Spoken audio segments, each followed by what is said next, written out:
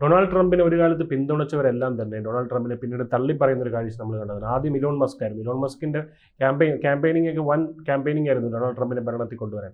പിന്നീട് ഇവർ തമ്മിൽ തെറ്റി. ഡൊണാൾഡ് ട്രംപ് ഇലോൺ മസ്ക് ഒരു പാർട്ടി തന്നെ തുടങ്ങാൻ പോകുന്നു, പീപ്പിൾസ് പാർട്ടി എന്നൊക്കെ പറഞ്ഞ് പാർട്ടി തുടങ്ങാൻ പോകുന്നു കേൾക്കുന്നു.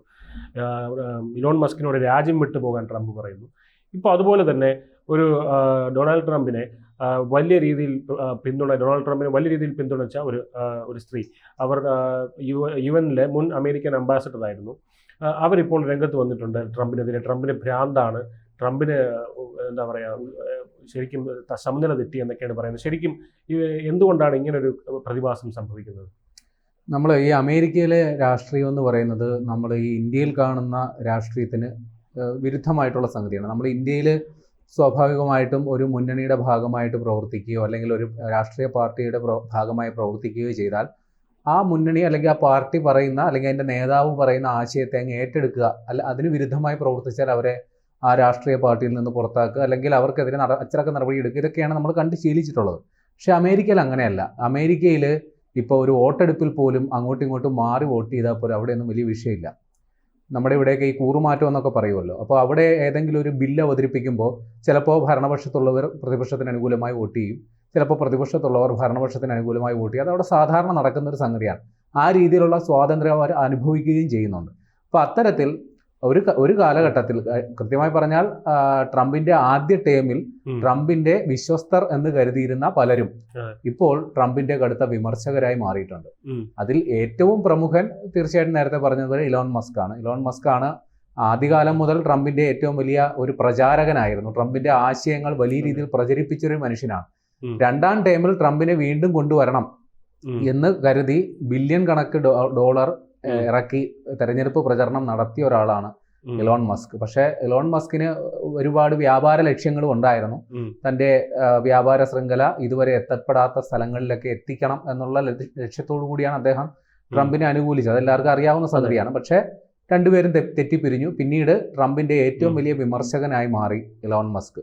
ഇലോൺ മസ്ക് നേരത്തെ പറഞ്ഞതുപോലെ സ്വന്തമായ രാഷ്ട്രീയ പാർട്ടി ഉണ്ടാക്കി ട്രംപിനെ അധികാരത്തിൽ നിന്ന് നിഷ്കാസനം ചെയ്യുമെന്നൊക്കെയാണ് ഇപ്പോൾ പറയുന്നത്. അതവിടെ നിൽക്കട്ടെ. അപ്പോൾ ട്രംപിന്റെ അനുകൂലികളായിട്ട് അല്ലെങ്കിൽ ട്രംപിന്റെ വലങ്കൈകളായിട്ട് നേരത്തെ പ്രവർത്തിച്ച ചിലർ, ഒന്ന് മുൻ സുരക്ഷാ ഉപദേഷ്ടാവ് ജോൺ ബോൾട്ടൺ, ഇപ്പോൾ വന്നേക്കുന്ന നിക്കി ഹാലെയാണ്. ഇതുകൂടാതെ വേറെ ചില അത്ര പ്രമുഖരല്ലാത്ത പലരും ട്രംപിനെതിരെ പരസ്യ വിമർശനം നടത്തിയിട്ടുണ്ട്. ഇപ്പം നിക്കി ഹാലെ എന്ന് പറയുന്നത് ഇത്തിരി പ്രഗത്ഭയായിട്ടുള്ള ഒരു വനിതയാണ്. അവര് UN-ലെ മുൻ അമേരിക്കൻ അംബാസഡറാണ്. അതായത് അമേരിക്കയുടെ വിദേശ നയങ്ങളൊക്കെ കൃത്യമായ ലോകരാജ്യങ്ങളെക്കുറിച്ചുള്ള കൃത്യമായ വിദേശ നയങ്ങൾ ഐക്യരാഷ്ട്രസഭയിൽ അവതരിപ്പിച്ച ഒരു വനിതയാണ്. അത് മാത്രമല്ല ഇദ്ദേഹം ട്രംപിന്റെ പാർട്ടി നിലവിലും ഇപ്പോഴും റിപ്പബ്ലിക്കൻ പാർട്ടിയിൽ പ്രവർത്തിക്കുന്ന ഒരാളാണ്. പക്ഷേ ആ പാർട്ടിയിൽ പ്രവർത്തിച്ചുകൊണ്ട് തന്നെ അവരുടെ ഭരണ നേതാവായ ട്രംപിനെതിരെ കടുത്ത വിമർശനം ഉന്നയിക്കുന്ന ആളും കൂടിയാണ് നിക്കി ഹാലെ. അപ്പൊ അവരുടെ വാക്കുകൾ പ്രകാരം അവർ പറയുന്നത് ഇങ്ങനെയാണ്: ഇപ്പോൾ നിലവിലെ സാഹചര്യത്തിൽ ഇന്ത്യ-US ബന്ധം അത് തകരുന്ന മട്ടാണ് കാണുന്നത്. അത് മാത്രമല്ല ഈ ചൈനയെ പരിഗണിക്കുന്നത് പോലെ ഒരിക്കലും ഇന്ത്യയെ പരിഗണിക്കരുത്. നമുക്കറിയാമല്ലോ, ചൈന എന്ന് പറയുന്നതും റഷ്യ എന്ന് പറയുന്നത് അമേരിക്കയുടെ ബദ്ധശത്രുക്കളാണ്. അത് ഈ ഇത് സാമ്പത്തിക കാരണങ്ങളെക്കാൾ ഉപരി രണ്ട് രാഷ്ട്രങ്ങളും പിന്തുടരുന്ന രാഷ്ട്രീയ നയങ്ങളും അതിന്റെ കാരണമാണ്. ചൈന ഒരു കമ്മ്യൂണിസ്റ്റ് രാജ്യമെന്നാണ് അവകാശപ്പെടുന്നത്.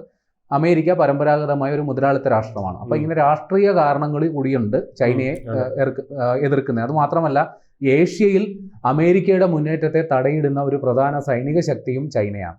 അപ്പൊ ചൈനയെ പരിഗണിക്കുന്നത് പോലെ ഇന്ത്യയെയും പരിഗണിക്കാൻ പോകരുത്. അത് വലിയ അബദ്ധമാണ് എന്നാണ് നിക്കി ഹാലെ പറയുന്നത്.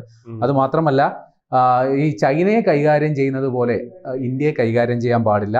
അത് മാത്രമല്ല ഈ താരിഫ് യുദ്ധം അല്ലെങ്കിൽ ചൈനയ്ക്കെതിരെ ഏർപ്പെടുത്തിയ നികുതി, അത് വ്യാപാര യുദ്ധം, അമേരിക്ക ചൈന വ്യാപാര യുദ്ധം എന്ന രീതിയിൽ അറിയപ്പെട്ടതാണ്. ആ രീതിയിൽ ഒരിക്കലും ഇന്ത്യക്കെതിരെ നിലപാടെടുക്കാൻ പാടില്ലായിരുന്നു. ഇത്തരത്തിൽ നിലപാടെടുത്തതോടുകൂടി രണ്ട് രാജ്യങ്ങൾ തമ്മിലുള്ള ബന്ധം ഏറെക്കുറെ വഷളായി, അതിനി പൂർവ്വസ്ഥിതിയിലാകുക ഏറെക്കുറെ പ്രയാസകരമാകും എന്നുള്ളതാണ് അവർ പറയുന്നത്. അത് മാത്രമല്ല ഈ ചൈനയെ ഒരു വലിയ സാമ്പത്തിക ശക്തിയാക്കുക അല്ലെങ്കിൽ ചൈന ഒരു ആഗോള ജനാധിപത്യ ക്രമത്തെ അല്ലെങ്കിൽ രാഷ്ട്രീയ ക്രമത്തെ നിയന്ത്രിക്കുന്ന ഒരു ശക്തിയായി മാറുന്നത് തടയാൻ ആഗ്രഹിച്ച ഒരു രാഷ്ട്രമാണ് അമേരിക്ക.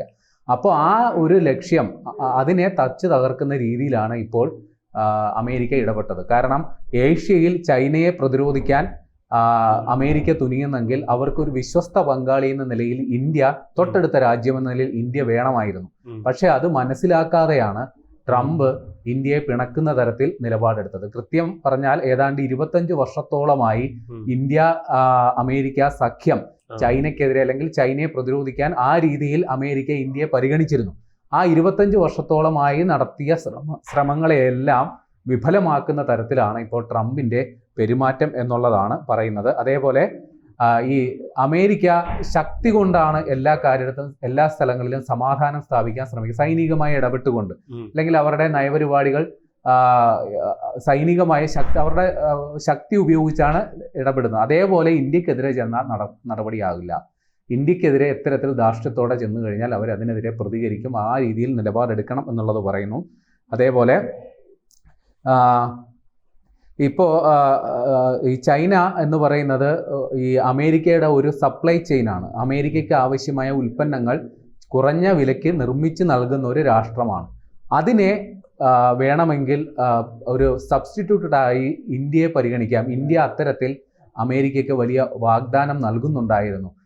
ഇത്തരത്തിൽ അമേരിക്കയ്ക്ക് ആവശ്യമുള്ള തുണിത്തരങ്ങളായിക്കോട്ടെ, ഫോണുകളായിക്കോട്ടെ, സോളാർ പാനലുകളായിക്കോട്ടെ, ഇതെല്ലാം കുറഞ്ഞ ചെലവിൽ നിർമ്മിക്കാനായിട്ടുള്ള ഒരു ഹബ്ബായി മാറാൻ സാധ്യതയുള്ള ഒരിടമായിരുന്നു ഇന്ത്യ.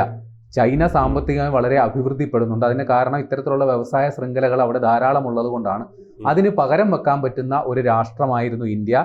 പിന്നെ അത് വേറൊരു കാര്യം കൂടി പറയുന്നു, അമേരിക്കയും അമേരിക്കയുടെ സഖ്യരാഷ്ട്രങ്ങളുമായി ഒരു സൈനിക പ്രതിരോധ കരാറുള്ള ഒരു രാഷ്ട്രമാണ് ഇന്ത്യ, പ്രത്യേകിച്ചും ഇസ്രയേലുമായിട്ടും അമേരിക്കയുമായിട്ടും.